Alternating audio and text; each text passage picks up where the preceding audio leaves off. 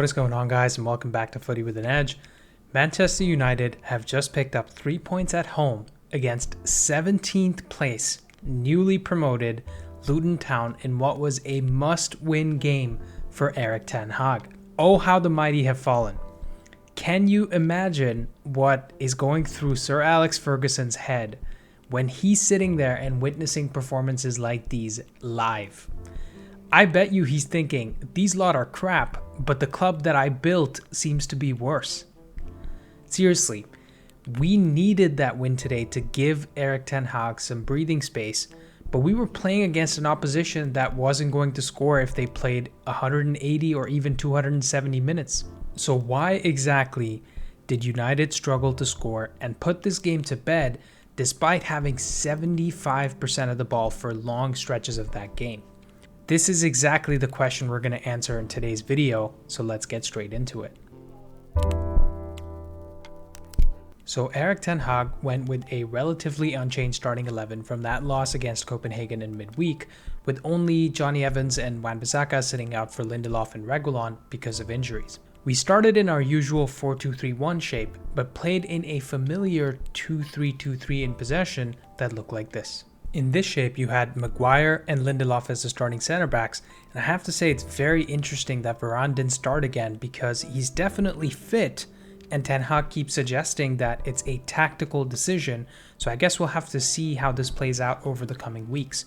Get in the comments below if you think Varane and Ten Hag have some beef that we don't know about, or you agree that this is just tactical. Then you had Eriksen playing as the CDM next to Dalot and Reguilon in sort of the midfield area, and Eriksen was occasionally dropping into the center back role to help build up the play from the back. On the right hand side, Dalot was pushing forward really high, often overlapping even Rashford, and this movement was really allowing Rashford to drop into this pocket when Doughty and Osho sort of get back for Dalot to put in crosses for Højlund.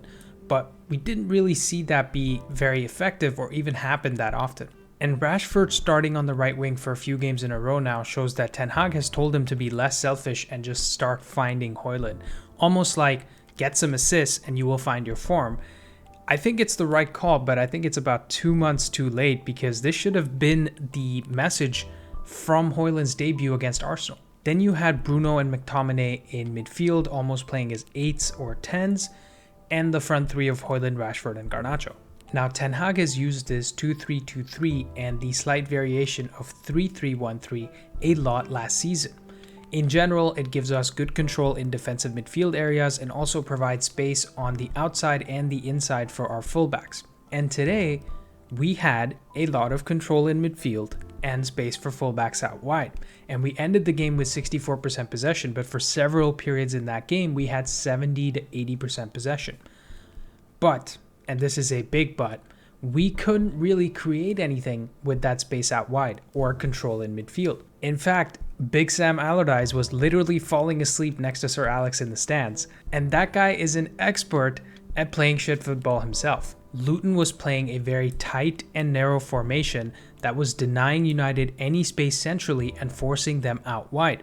And United basically couldn't do anything to break this shape down because the ball kept moving in sort of this U shape between the United players throughout that first half. And honestly, I couldn't believe my eyes because there was a pretty simple fix that Ten Hag could have employed in this game to break down this Luton defensive shape. So let's talk about what Ten Hag could have done differently in terms of tactics. Now we have two relatively long clips to show you guys from the first half of that game so we can really break down Ten Hag's tactical mistakes and highlight what he could have done differently. We start with Victor Lindelof picking up the ball in Luton's half and look at how high and wide both Garnacho and Reguilon are on the left hand side. You can kind of see Dalot and Rashford doing the same thing on the right hand side. As the ball moves forward into Reguilon, look at how many players Luton actually has defending the central areas of their pitch.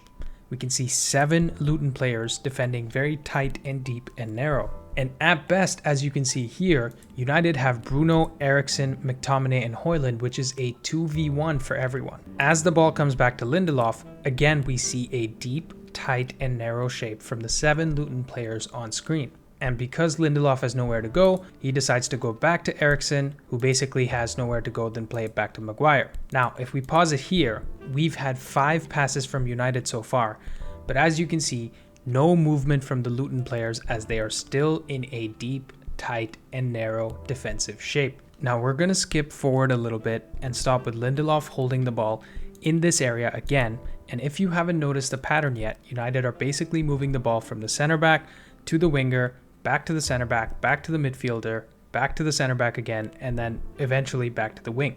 And like we discussed on the tactics board, this sort of U pattern of the ball movement is not doing any damage to Luton's defensive shape, because look at that, they're still tight and narrow and deep in their own half. And once again, Lindelof is forced to go back to Harry Maguire because our off-ball movement is absolutely terrible. All four of Reguilon, Garnacho, Højlund, and McTominay don't make runs in between and in behind the Luton backline for Lindelof or Maguire or Eriksen to find them.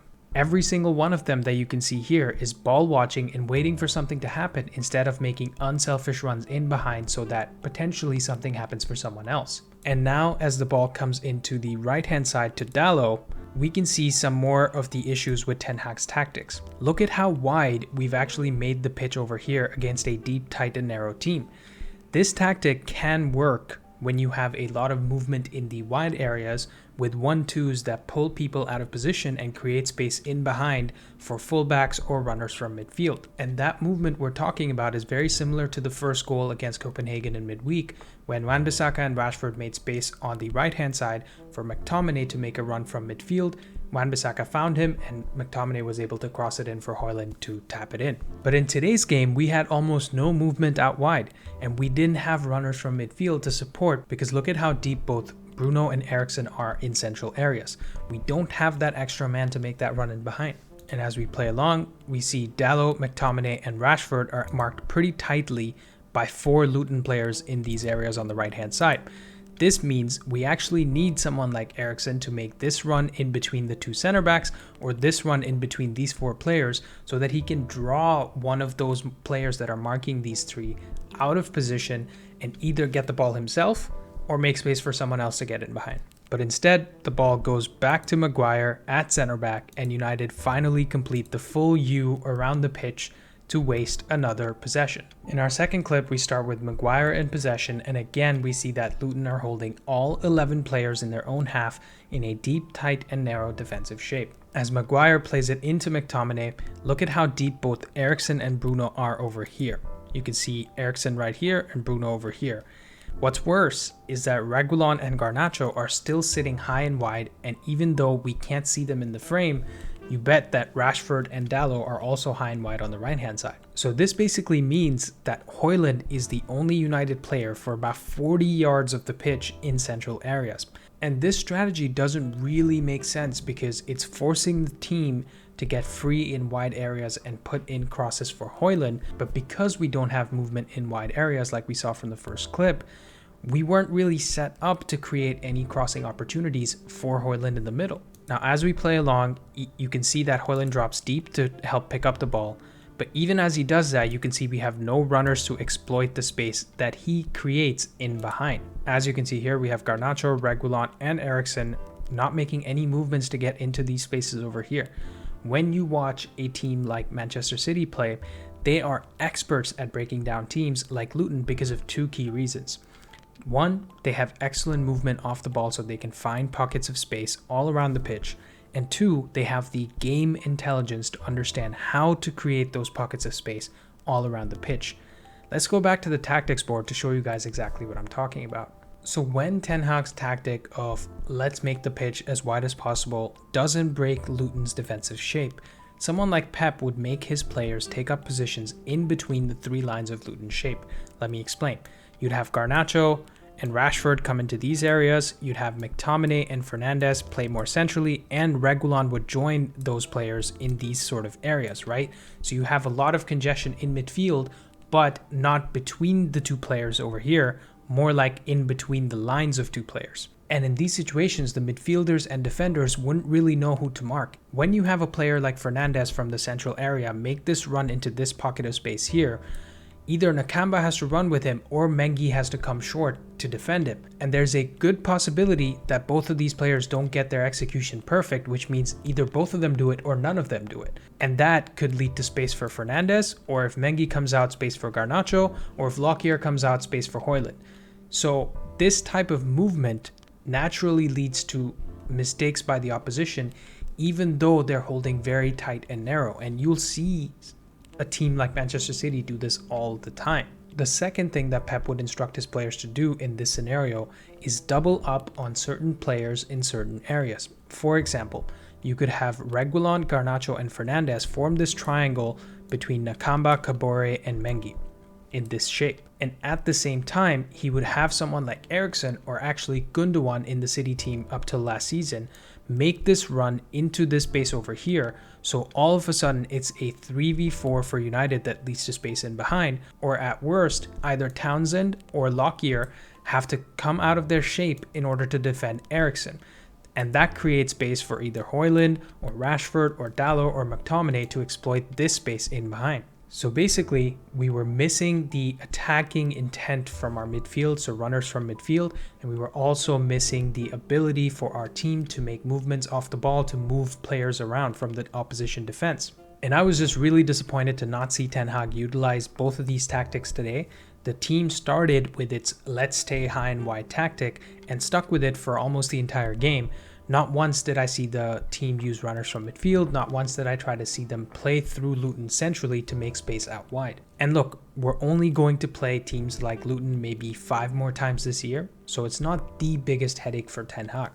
But given how poorly the team is performing right now, looks like we need to win all 5 of those games, which means United will need to learn how to break down low block teams to win those 15 points.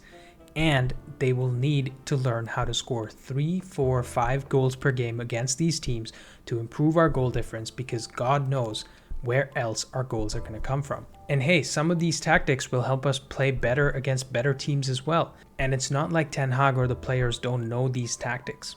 It's not rocket science. They're just not able to execute on them at the moment, and that worries me. Get in the comments below with your thoughts. Do you guys think Ten Hag can coach this team to improve out of this slump of form that we have? Or do you think things will continue in this vein and lead to him getting the sack? Thank you guys for watching. Like and subscribe if you enjoyed, and I'll see you next time.